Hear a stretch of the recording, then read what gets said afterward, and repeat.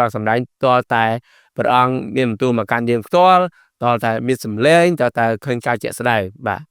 ហើយពីខ្ញុំទៅខ្ញុំសូមលើកទឹកចិត្តថាអ្នកបងប្អូនព្រះគម្ពីរមិនគ្រាន់តែជាសភៅធម្មតាទេអ្នកបងប្អូនព្រះគម្ពីរគឺជាព្រះបន្ទូលដ៏រស់នៅហើយជួយកែប្រលឹងដល់មនុស្សគ្រប់រូបដែលត្រូវស្រែករកព្រះអង្គសូមអានបន្ថែមនៅក្នុងព្រះគម្ពីរចរិយាកថា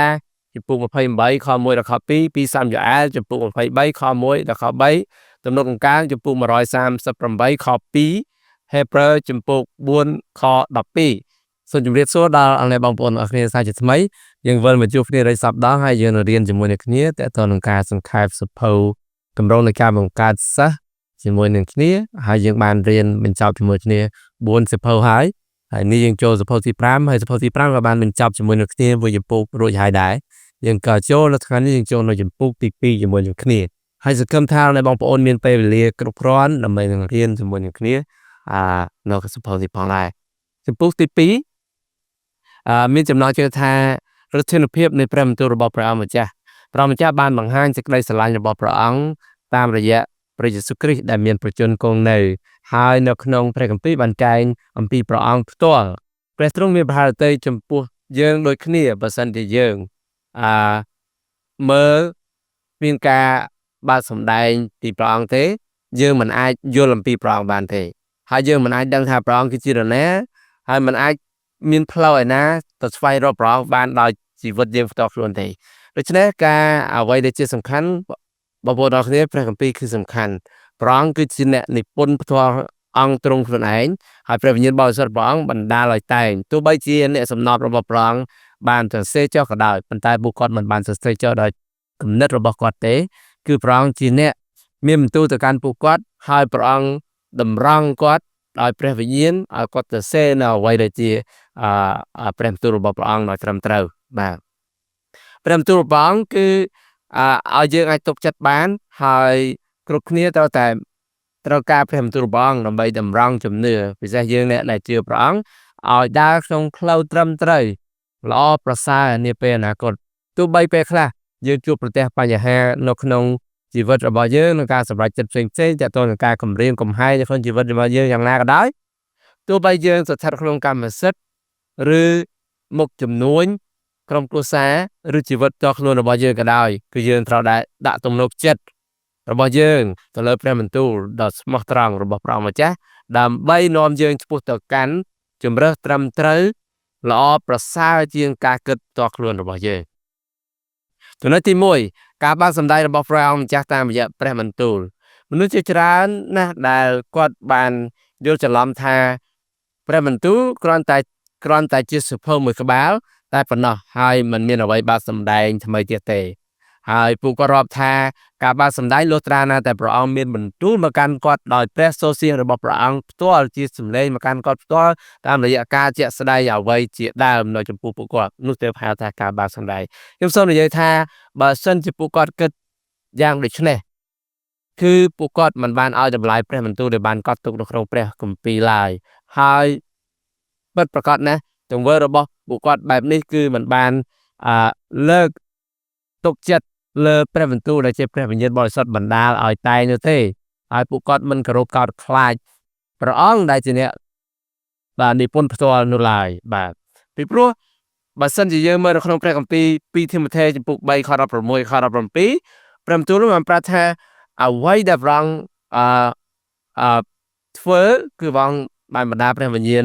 ទ្រង់ឲ្យតែងនៅព្រះបន្ទូលហើយជួយដល់មនុស្សបាទបើសិនគាត់អត់មើលកន្លែងហ្នឹងទេគាត់មិនបានទុកចិត្តលើព្រះបន្ទូលព្រះអង្គដែលព្រះវិញ្ញាណបណ្ដាលឲ្យតែងនោះទេបាទហើយនៅក្នុងព្រះបន្ទូលដែលទ្រង់បានមានបន្ទូលទៅកាន់លោកហោរាយេរេមៀនៅសម័យមុននៅក្នុងគ្រាសម័យសញ្ញាចាស់ក៏ទ្រង់បានបើកសម្ដែងឲ្យលោកហោរាកត់ទុកនៅអ្វីដែលជាព្រះបន្ទូលរបស់ព្រះអង្គហើយយើងសប្តាហ៍ថ្ងៃនេះយើងជាគ្រីស្ទានយើងក៏អាចមើលឃើញអំពីការបើកសម្ដែងនោះផងដែរតែបើសិនជាមិនមានការបើកសម្ដែងតើយើងអាចដឹងទេអំពីជីវិតរបស់លោកហោរាយេរេមៀតើព្រះម្ចាស់លាក់បាំងនៅការបើកសម្ដែងរបស់ព្រះអង្គមិនឲ្យយើងដឹងដែរទេនិយាយខ្លីទៅគឺអត់មានទេព្រះអង្គមិនបានបើកសម្ដែងមិនបានលាក់បាំងនៅការបើកសម្ដែងរបស់ព្រះអង្គទេបើសិនជាព្រះអង្គ មិនបើកសម្ដែងយើងមិនអាចយល់អំពីអ្វីដែលកើតមាននៅថ្ងៃពីមុនដែលយើងមិនទាន់បានកើតមកហើយយើងមិនស្គាល់អំពីព្រះអង្គយើងនៅតែមិនស្គាល់ដដែលក្នុងក្នុងព្រះគម្ពីរយេរេមៀចំពុក1ខ6ដល់ខ9ខ្ញុំសូមអានជូននោះខ្ញុំបានទូលថាអោព្រះអង្គម្ចាស់យេហូវ៉ាអើយមើលទូលបង្គំគ្មានវោហាអធិប្បាយទេត្បិតទូលបង្គំជាក្មេងជាមនុស្សក្មេងសុទ្ធតែព្រះយេហូវ៉ាទ្រង់មានបន្ទូលមកខ្ញុំថាកុំឲ្យថាឯងជាមនុស្សក្មេងឡើយត្បិតបើអញចាត់ឯងឲ្យទៅណាដល់ទៅឯអ្នកណានោះឯងត្រូវតែទៅហើយសេចក្តីអ្វីដែលអញបង្គាប់ឯងនោះឯងត្រូវតែប្រាប់ដែរព្រះយេហូវ៉ាទ្រង់មានបន្ទូលមកខ្ញុំថាកុំឲ្យខ្លាចចំពោះគេឡើយត្បិតអញនៅជាមួយដើម្បីនឹងជួយឲ្យឯងរួចនោះព្រះយេហូវ៉ាទ្រង់លូកព្រះហស្ថមកពាល់មាត់ខ្ញុំហើយមានបន្ទូលថាមើលអញបានដាក់ពាក្យរបស់អញនៅក្នុងមាត់ឯងហើយបន្តចំណុចនេះបានប្រាប់យើងយ៉ាងច្បាស់ថាគ្មានព្រះគម្ពីរតើយើងដឹងថាព្រះអង្គបានសម្ដែងនៅពួកហោរាឬក៏ហោរាយេរេមៀនៅកន្លែងនេះយ៉ាងដូចម្ដេចបាទមានព្រះគម្ពីរយើងប្រកាសហើយបងប្អូនយើងមិនអាចដឹងបានទេនេះជាការបើកសម្ដែងមួយដែលកត់ទុកនៅក្នុងព្រះគម្ពីរនេះគឺជាអ្វីដែលអ្នកសម្ដាប់របស់ព្រះអង្គបានកត់ទុកនៅគ្រប់ទាំងព្រះបន្ទូលរបស់ព្រះអង្គដែលសុទ្ធសឹងតែព្រះវិញ្ញាណបរិសុទ្ធបានជួយដល់ពួកគាត់ក្នុងការនិយាយក្នុងការថ្លែងទំនាយក្នុងការប្រាប់ដល់បណ្ដាជននៅសម័យនោះក្នុងការជាក់ស្ដែងពួកហោរាគឺនៅក្នុងព្រះគម្ពីរសញ្ញាថ្មីសាវកប៉ុលក៏បានបញ្ជាក់អំពីចំណុចនេះផងដែរសូមអានជាមួយនឹងខ្ញុំ1ទេសាឡូនីកចំពុក2ខ13ដោយហេតុនេះទៀតបានជាយើងខ្ញុំអរព្រះគុណដល់ព្រះអត់មានដាច់គឺដោយព្រោះកាលអ្នករាល់គ្នាបានទទួលព្រះបន្ទូលជាដំណឹងពីព្រះដោយសារយើងខ្ញុំនោះមិនបានទទួលទុកជាពាក្យរបស់មនុស្សទេបានទទួលតាមភាពដ៏ពិតនៃដំណឹងនោះវិញគឺជាព្រះបន្ទូលនៃព្រះដែលបណ្ដាលមកក្នុងអ្នករាល់គ្នាជាពួកអ្នកជឿបាទសាវកប៉ុលបានមានភាសាអង់គ្លេសច្បាស់មែនទែនដែរបងប្អូនអ្នកជឿមិនគ្រាន់តែចាត់ទុកថានោះជាការដែលមនុស្សសរសេរទេគឺយើងទុកចិត្តថានោះគឺជាព្រះបន្ទូលរបស់ព្រះអង្គដែលព្រះវិញ្ញាណបណ្ដាលឲ្យតែហើយជាការមួយដែលយើងគិតត្រឹមត្រូវអញ្ចឹងយើងកុំគ្រាន់តែគិតថាជាសភៅមួយដែលមានការបើកសម្ដែងតលតែព្រះអង្គមានបន្ទូលមកកាន់យើងផ្ទាល់តលតែមានសម្លេងតលតែឃើញការជាក់ស្ដែងបាទហើយពីខ្ញុំសូមលើកទឹកចិត្តថាអ្នកបងប្អូនព្រះគម្ពីរមិនគ្រាន់តែជាសភៅធម្មតាទេអរបងប្អូនព្រះគម្ពីរគឺជាព្រះបន្ទូលដ៏រស់នៅហើយជួយកែប្រលឹងដល់មនុស្សគ្រប់រូបដែលត្រូវស្រែករកព្រះអង្គសូមអានបន្ថែមនៅក្នុងព្រះគម្ពីរចរិយាកថាចំពុក28ខ1ដល់ខ2ពីសាមយូអែលចំពុក23ខ1ដល់ខ3ទំនុកអង្កើងចំពុក138ខ2ហេព្រើរចំពុក4ខ12អរបងប្អូនអានបន្ថែមសូមអានសម្រងសម្ដីជាមួយនឹងខ្ញុំទាំងអស់គ្នារបស់លោក John R.W. Stott បានលើកឡើងថាប្រសិនបើនេះជាព្រះបន្ទូលដែលព្រះអង្គម្ចាស់ពីព្រះអង្គម្ចាស់មែននោះព្រះបន្ទូលប្រកាសជាមានអំណាចលើមនុស្សគ្រប់រូបជាមិនខានត្បិតពាក្យសម្ដីរបស់បុគ្គលណាដែលមានអំណាចគឺស្មើនឹងឋានៈដែលគាត់មាននោះផងដែរមូលហេតុដែលមនុស្សទទួលយកឬមិនទទួលយកពាក្យសម្ដីរបស់បុគ្គលណាម្នាក់គឺអាស្រ័យទៅលើអត្តចរិតចំណេះដឹងនិងឋានៈរបស់បុគ្គលនោះឯងដូច្នេះព្រះបន្ទូលរបស់ព្រះម្ចាស់មានអំណាចស្មើនឹងឋានៈរបស់ទ្រង់អញ្ចឹងយើងឃើញថាព្រះបន្ទូលរបស់ព្រះម្ចាស់គឺមានអំណាចស្មើនឹងឋានៈរបស់ទ្រង់គឺយើងជឿលើព្រះបន្ទូលរបស់ទ្រង់ដោយសារតែទ្រង់គឺជាព្រះបាទចំណុចនេះគឺសំខាន់ណាស់បងប្អូនព្រះអង្គមានអំណាចព្រះបន្ទូលរបស់អង្គក៏មានអំណាចអញ្ចឹងស្មើគ្នាចំណុចទី2ទំនុកចិត្តរបស់ព្រះយេស៊ូវគ្រីស្ទក្នុងព្រះបន្ទូលហេតុអ្វីបានព្រះយេស៊ូវគ្រីស្ទមានទំនុកចិត្តក្នុងព្រះបន្ទូលនេះជាសំណួរដ៏ល្អហើយចម្លើយគឺថាព្រះបន្ទូលគឺជាអង្គទ្រង់ផ្ទាល់នោះឯងហើយគ្រប់ទាំងអស់ដែលនិយាយក្នុងព្រះគម្ពីរគឺនិយាយអំពីព្រះអង្គតែព្រះយេស៊ូវបានបន្ទាបព្រះអង្គទ្រង់ចុះឲ្យទាបជាងអំណាចនៃព្រះបន្ទូលហេតុអីបងប្អូនពីព្រោះព្រះអង្គបានយកនិស្ស័យជាមនុស្សជាតិប៉ុន្តែព្រះអង្គនៅតែប្រើប្រាស់អំណាចនៃព្រះបន្ទូលរបស់ព្រះអង្គដើម្បីដោះស្រាយនៅបញ្ហាផ្សេងៗដដែលយើងអាចមើលនៅក្នុងព្រះគម្ពីរយ៉ាកុបព្រះគម្ពីរម៉ាកុសចំពុក12ខ24ដល់ខ27 ព្រះយេស៊ូវមានបន្ទូលឆ្លើយទៅគេថាដូច្នេះអ្នករាល់គ្នាខន់ច្រឡំទេតើពីព្រោះមិនស្គាល់ព្រះគម្ពីរឬព្រះចេស្តានៃព្រះត្បិតកាលណាមនុស្សរស់ពីស្លាប់ឡើងវិញនោះមិនមែនដោយយកគ្នាជាប្តីប្រពន្ធទៀតទេគេបានដូចជាទេវតានៅឋានសួគ៌វិញឯដំណើរដែលមនុស្សស្លាប់រស់ឡើងវិញ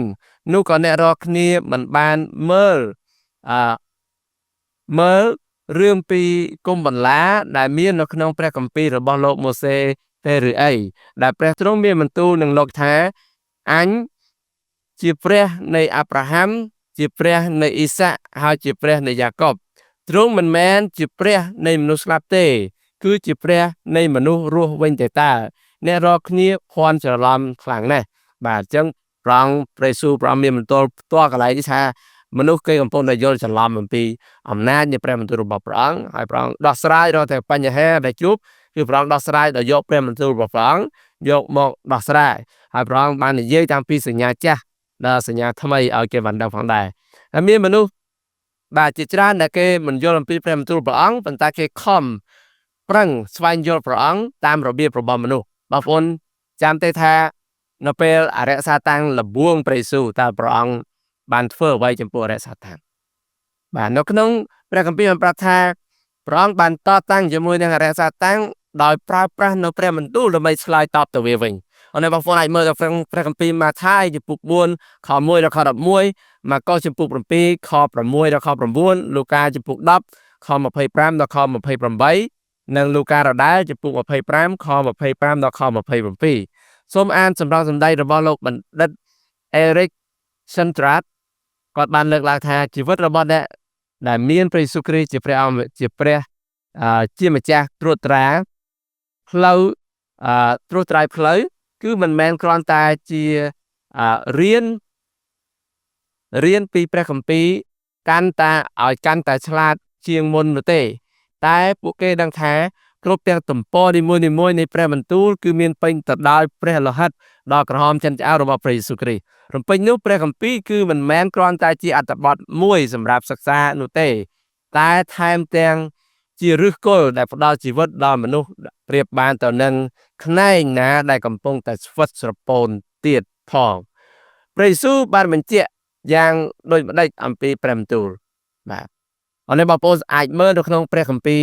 ម៉ាថាយចំពុក5ខ17ដល់ខ18បាទសូមអានជូនកុំឲ្យគិតស្មានថាខ្ញុំមកដើម្បីនឹងលើកក្រឹតវិន័យឬទំនាយពួកហោរាចោលឡើយខ្ញុំមិនមែនមកនឹងលើកចោលទេគឺមកនឹងធ្វើសម្រេចវិញត្បិតខ្ញុំប្រាប់អ្នករាល់គ្នាជាប្រកាសថានឹងគ្មានបាំងឈើមួយឬក្បៀសមួយនៅក្នុងក្រឹតវិន័យត្រូវបាត់ឡើយដរាបដល់កាលណាមេឃនិងផែនដីបានកន្លងផុតទៅគឺទាល់តែសេចក្តីទាំងអស់បានសម្រេចដោយសពគ្រប់បាទនៅត្រង់ចំណុចនេះយើងឃើញថា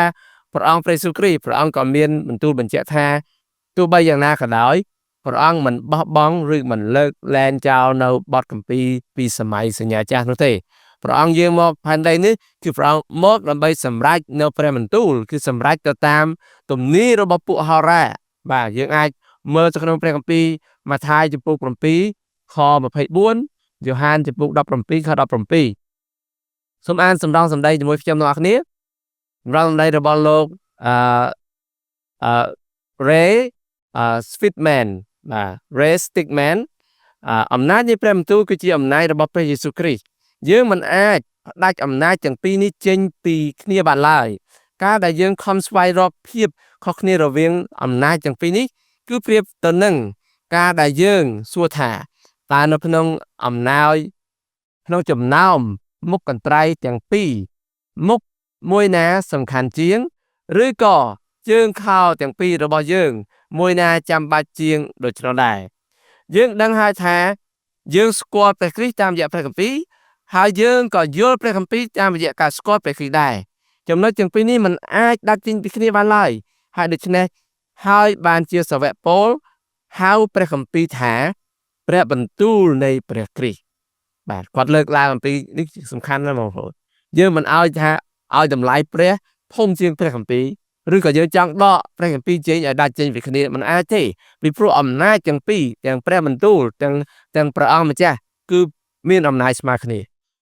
យើងមិនអាចដកចេញបានទេបងប្អូនបាទនេះគឺជាអ្វីដែលយើងត្រូវតែទុកចិត្តលើព្រះបន្ទូល 100% ចំណុចទី3ទំនុកចិត្តរបស់យើងនៅក្នុងព្រះបន្ទូលដោយសារព្រះអង្គម្ចាស់ធ្វើអ្វីៗគ្រប់យ៉ាងសម្រាប់ជីវិតអ្នកដែលដើរតាមព្រះយេស៊ូវដូច្នេះហើយគេទុកចិត្តលើព្រះបន្ទូលរបស់ព្រះអង្គហើយទុកចិត្តលើព្រះអង្គគ្រប់យ៉ាងបើយើងទៅតាមព្រះគម្ពីរដែលបានចែងហើយយើងនឹងឃើញថានៅក្នុងព្រះគម្ពីរយ៉ូស្វេចំពោះ23ខ14សូមអានជាមួយនឹងខ្ញុំមើលនៅថ្ងៃនេះអញនឹងទៅតាមផ្លូវរបស់មនុស្សលោកទាំងអស់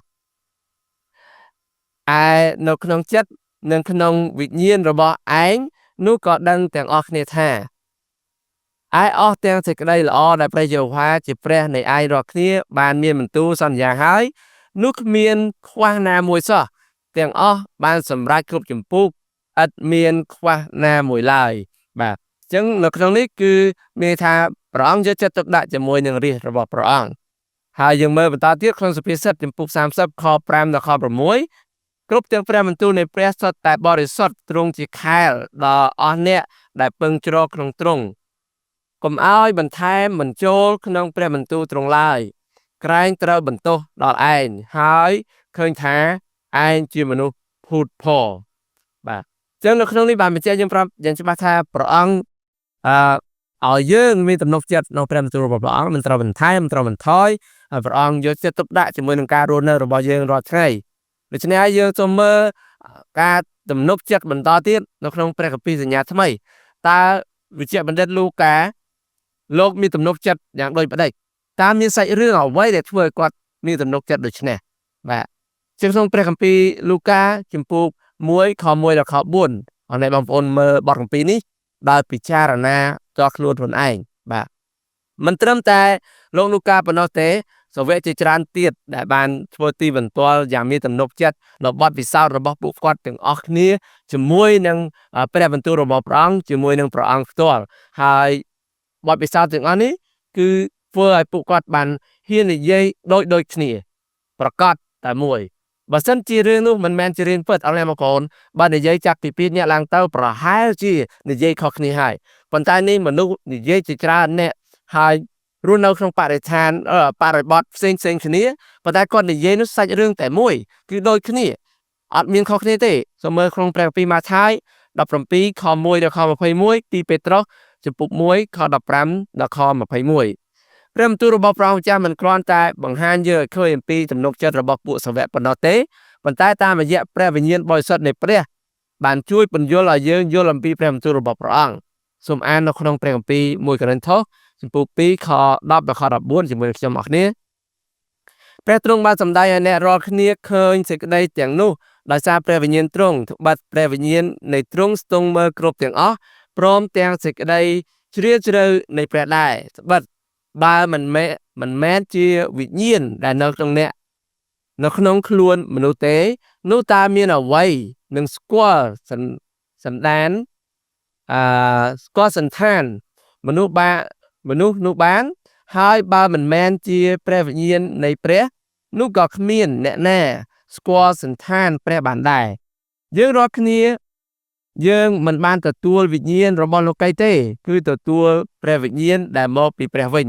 ដើម្បីឲ្យបានស្គាល់អស់ទាំងព្រះគុណដែលព្រះបានផ្ដល់មកយើងហើយយើងក៏និយាយអំពីសេចក្តីទាំងនោះឯងមិនមែនដោយពាក្យសម្ដីដែលប្រាជ្ញាមនុស្សបានបង្រៀនទេគឺដោយពាក្យសម្ដីដែលព្រះវិញ្ញាណបង្រៀនវិញព្រមទាំងផ្ទឹមពន្យល់សេចក្តីខាងឯវិញ្ញាណដោយសារសេចក្តីខាងឯវិញ្ញាណផងប៉ុន្តែមនុស្សខាងសាច់ឈាមគេមិនទទួលសេចក្តីខាងឯវិញ្ញាណនៃព្រះទេពីព្រោះជាសេចក្តីល្ងងល្ងើដល់គេក៏រកស្គាល់មិនបានដែរត្បិតត្រង់ឯសេចក្តីទាំងនោះត្រូវពិចារណាយល់ខាងវិញ្ញាណវិញសូមមើលបន្ថែមទៀតដល់ខ្លួនឯងនៅក្នុងអេសាយចំពោះ36ខ27និងលូកាចំពោះ24ខ45បាទអរអ្នកបងប្អូនយើងឃើញហើយថាកន្លែងនេះចង់បញ្ជាក់ប្រាប់យើងថាព្រះបន្ទូល គឺមិនមែនគ្រាន់តែជាការទំនុកចិត្តរបស់ពួកសាវកទេប៉ុន្តែជាទំនុកចិត្តដល់យើងទាំងអស់គ្នាដូចគ្នាផងដែរពីព្រោះមានព្រះវិញ្ញាណបរិសុទ្ធជួយយើងដើម្បីឲ្យយើងយល់អំពីព្រះអង្គបាទនៅក្នុងចំណុចទី4ជាចំណុចចុងក្រោយក្នុងជំពូកទី2នេះប្រភពនៃជីវិតរបស់យើងតើព្រះបន្ទូលនៃព្រះម្ចាស់អាចធ្វើអ្វីខ្លះនៅក្នុងជីវិតរបស់អ្នកគ្រប់គ្នាសំណួរនេះពិតជាល្អណាស់ណាបងប្អូនគឺចាររំលឹកយើងគ្រប់រូបដែលជាអ្នកជឿលើព្រះអង្គឲ្យទុកចិត្តដឹងថាព្រះបន្ទូលរបស់ព្រះអង្គមិនមែនស្លាប់ទេគឺជាព្រះបន្ទូលដ៏រស់ហើយជាប្រភពនៃជីវិតដល់យើងគ្រប់គ្នាដែលជឿតាមព្រះអង្គសូមអាននៅក្នុងព្រះគម្ពីរទំនុកបង្កើងចំពោះ119ខ105ព្រះបន្ទូលនៃទ្រង់ជាចង្កៀងដល់ជើងទូលបង្គំហើយជាពន្លឺបំភ្លឺផ្លូវរបស់ទូលបង្គំផងខ130ការបើកសម្ដែងព្រះបន្ទូលទ្រង់នោះផ្សាយពន្លឺចេញក៏ធ្វើឲ្យមនុស្សឆោតល្ងង់មានយោបល់សូមអានបន្ថែមនៅក្នុងព្រះគម្ពីរយ៉ាកុបចំពុក1ខ21បានជាចូលទទួលព្រះបន្ទូលដែលបានដាំក្នុងចិត្តអ្នករាល់គ្នាដោយចិត្តសុភាពចុះទាំងលះចោលអស់ទាំងសេចក្តីស្មោកគ្រោកចេញនិងសេចក្តីគំរក់ដ៏មានច្រើនម្លេះចេញផងត្បិតព្រះបន្ទូលនោះអាចនឹងជួយសង្គ្រោះប្រលឹងអ្នករាល់គ្នាបាននៅក្នុងព្រះបន្ទូលទាំងអស់នេះបានប្រាប់យើងថាបញ្ជាក់យើងថាបងប្អូននិងខ្ញុំត្រូវតែទុកចិត្តត្រូវតែយល់ច្បាស់អំពីព្រះបន្ទូលរបស់ព្រះអង្គពីព្រោះព្រះបន្ទូលគឺជាព្រះបន្ទូលដ៏រស់ការពារយើងនិងជាពន្លឺនាំឲ្យយើងដើរក្នុងផ្លូវត្រឹមត្រូវរបស់ព្រះអង្គមិនតែប៉ុណ្ណោះក៏អាចជួយយើងមានយោបល់មិនមែនស្ថិតក្នុងក្តីល្ងងល្ងើរបស់លោកីទេថែមទាំងជួយដល់ប្រលឹងដែលយើងជាអ្នកជឿផងដែរបាទមានអាចជួយសង្គ្រោះដល់ប្រលឹងដល់មនុស្សដែលទាំងអស់ដែលជឿដល់ព្រះអង្គដូចគ្នាផងដែរនៅក្នុងគម្ពីរបន្ថែមទៀតដល់អ្នកបានអានដោយខ្លួនឯងនៅក្នុងព្រះគម្ពីរទំនុកបង្កើងចំពុក37ខ31យ៉ូហានចំពុក15ខ3កិច្ចការចំពុក20ខ32ព្រះបន្ទូលនៃព្រះម្ចាស់ជាប្រភពនៃជីវិតហើយព្រះបន្ទូលនៃទ្រង់បានផ្សាយចេញហើយមិនដែលត្រឡប់មកវិញដោយឥតកើតការទេបងប្អូនហើយព្រះអង្គបើនិយាយខ្លីទៅគឺព្រះអង្គមិនលេបបើយើងនិយាយភាសាមនុស្សបើព្រះអង្គមិនលេបសម្ដីព្រះអង្គទេបាទព្រះអង្គមិនមែនថាមិនលេបព្រះបន្ទូលព្រះអង្គវិញទេព្រះអង្គមានបន្ទូលហើយគឺកើតការយើងអាចទៅមើលក្នុងព្រះគម្ពីរអេសាយចំពុក55ខ10ដល់ខ11ហើយអ្វីបានព្រះបន្ទូលរបស់ព្រះអង្គមានអំណាចដល់ម្លេះបានជាព្រះបន្ទូលព្រះអង្គមានអំណាចដល់ម្លេះហើយបងប្អូនខ្លាំងពូកែដល់ម្លេះពីព្រោះព្រះអង្គគឺជាអ្នកនិពន្ធផ្ទាល់ព្រះអង្គបានចែងនៅព្រះបន្ទូលរបស់ព្រះអង្គនៅក្នុងព្រះគម្ពីរដែលយើងប្រើប្រាស់រាល់ថ្ងៃអំពីព្រះអង្គទ្រង់ផ្ទាល់ហើយព្រះអង្គជាអ្នកនិពន្ធផ្ទាល់ទៀតបាទនេះហើយជាអំណាចដែលយើងអាចមើលឃើញដូច្នេះបើយើងរាល់គ្នាត្រាប់តាមព្រះបន្ទូលព្រមទាំងលើកកម្ពស់នៅព្រះបន្ទូលនៅក្នុងជីវិតរបស់យើងរាល់ថ្ងៃហើយបងប្អូនគឺយើងនឹងបានលើកឡើងដូចគ្នាពីព្រោះហេតុអីយើងបានលើកឡើងដោយសារព្រះបន្ទូលរបស់ព្រះអង្គមិនមែនដោយសារយើងទេជីវិតយើងបានពេញបរិបូរណ៍ដោយសារព្រះបន្ទូលរបស់ព្រះអង្គអញ្ចឹងនៅពេលដែលក្នុងជីវិតរបស់យើងមានពេញទៅដោយព្រះបន្ទូលរបស់ព្រះអង្គនោះយើងបានតម្កើងឡើងនៅព្រះបន្ទូលព្រះអង្គជីវិតរបស់យើងក៏បានត្រូវលើកឡើងដូចគ្នាថាបងប្អូនមិនទាន់ជឿព្រះយេស៊ូវបងប្អូនចង់ស្គាល់ហើយចង់ជឿចង់ភ្លក់នៅរសជាតិនៃអំណាចនៃព្រះបន្ទូលរបស់ព្រះអង្គហើយមានពេញដោយសេចក្តីស្រឡាញ់ទៅកាន់មនុស្សលោកដែរឬទេបើសិនបងប្អូនចង់បងប្អូនអាចស្វែងរកនៅព្រះវិហារដែលនៅជិតអង្គអ្នកបងប្អូនហើយចូលរួមជាមួយនឹងគេសួរដល់គ្រូគង្វាលសួរដល់អ្នកជឿថាធ្វើមិនដេចឲ្យខ្ញុំអាចជឿព្រះយេស៊ូវបានធ្វើម៉េចឲ្យខ្ញុំអាចស្គាល់ព្រះបន្ទូលព្រះអង្គបានបាទសម្រាប់បងប្អូនដែលមិនទាន់ជឿព្រះអង្គដូច្នេះអំណាចយ៉ាងខ្លាំងពូកែនៃព្រះបន្ទូលរបស់ព្រះអង្គមិនត្រឹមតែជួយដល់យើងក្នុងពេញជីវិតយើងដោយសេចក្តីស្រឡាញ់តែប៉ុណ្ណោះទេបាទក៏ព្រះអង្គក៏មានការព្រមានផងដែរនៅក្នុងព្រះបន្ទូលព្រះអង្គនោះសូមអាននៅក្នុងព្រះគម្ពីរចរិយាថាចំពុក32ខ45ដល់ខ47កាលម៉ូសេបានប្រាប់ពាក្យទាំងនោះដល់សាសអ៊ីស្រាអែលទាំងអស់ស្រេចហើយនោះលោកក៏មានប្រសាសន៍ថាចូលយកចិត្តទុកដាក់នឹងពាក្យទាំងអស់ដែលអញបានប្រាប់ដល់ឯងរាល់គ្នានៅថ្ងៃនេះចុះដើម្បីនឹងបង្គាប់ដល់កូនចៅឯងរាល់គ្នា ឲ្យប្រយ័ត្ននិងប្រព្រឹត្តតាមដែរគឺជាអស់ទាំងពាក្យក្នុងក្រឹត្យវិន័យនេះមិនមែនជាសេចក្តីឥតប្រយោជន៍ដល់ឯងរាល់គ្នាទេគឺជាជីវិតដល់ឯងរាល់គ្នាវិញហើយដោយសារសេចក្តីនេះឯងរាល់គ្នានឹងបានជីវិតជាយូរអង្វែងតទៅនៅក្នុងស្រុកដែលឯងរាល់គ្នានឹងឆ្លងទន្លេយ៉ូដានចូលទៅចាប់យកនោះនេះជាការប្រមានដល់ពួកអ៊ីស្រាអែលនៅគ្នាសម័យនោះអរបងប្អូនហើយក៏ជាការរំលឹកដល់យើងទាំងអស់គ្នាក្នុងសម័យនេះដូចគ្នាផងដែរជាការដែលយើងចងចាំព្រះបន្ទូលក្នុងជីវិតរបស់យើងរាល់ថ្ងៃហើយយើងប្រព្រឹត្តតាមព្រះបន្ទូលរបស់ព្រះអង្គជាការដាស់តឿនដល់ក្មេងៗចំនួនក្រោយទៀតឲ្យគេចងចាំនៅព្រះបន្ទូលព្រះអង្គដូចគ្នាពីព្រោះព្រះបន្ទូលរបស់ព្រះអង្គគឺជាប្រភពនៃជីវិតនៅក្នុងសម័យរបស់ព្រះយេស៊ូវព្រះអង្គក៏មានការខកប្រទៃជាមួយនឹងមនុស្សមួយចំនួនដូចគ្នាដែរបងប្អូនសូមអាននៅក្នុងព្រះគម្ពីរលូកាជំពូក6ខ46ហេតុអ្វីបានជាហៅខ្ញុំថាអោព្រះអង្គម្ចាស់អើយតែមិនធ្វើតាមពាក្យខ្ញុំដូច្នេះព្រះម្ចាស់ព្រះយេស៊ូវមានបន្ទូលនៅកន្លែងនេះអូនបងប្អូនមិនមែនគ្រាន់តែធម្មតាទេបើយើងមើលទៅចោទយក្ខថាជំពូក32វិញនេះគឺជាការដែលប្រតិបត្តិតាមព្រះបន្ទូលគឺទទួលបានជីវិតអញ្ចឹងបើសិនជាយើងអត់ប្រតិបត្តិតាមព្រះបន្ទូលព្រះអង្គមានថាវាផ្ទុយពីមានជីវិតត្រឡប់ទៅជាបាត់ជីវិតវិញអញ្ចឹងព្រះអង្គម្ចាស់ព្រះយេស៊ូវព្រះអង្គបានមានបន្ទូលថាហេតុអីហៅទ្រង់ជាព្រះអង្គម្ចាស់តែមិនធ្វើតាមបើមិនធ្វើតាមផងតើយើងអាចទទួលបានជីវិតដែរឬទេអរអ្នកបងប្អូនសូមគិតពិចារណាដល់ខ្លួនឯងហើយសូមមើលដល់ព្រះគម្ពីរបន្ថែមទៀតដល់ខ្លួនឯងផងដែរក្នុងព្រះគម្ពីរទំនុកអង្កើងជំពូក119ខ59ដល់ខ60លូកាជំពូក24ខ25សម្រាប់អស់អ្នកបងប្អូនដែលមានសៀវភៅទី5នេះសូមមើលទៅកាន់ទំព័រទី41ដល់ទំព័រទី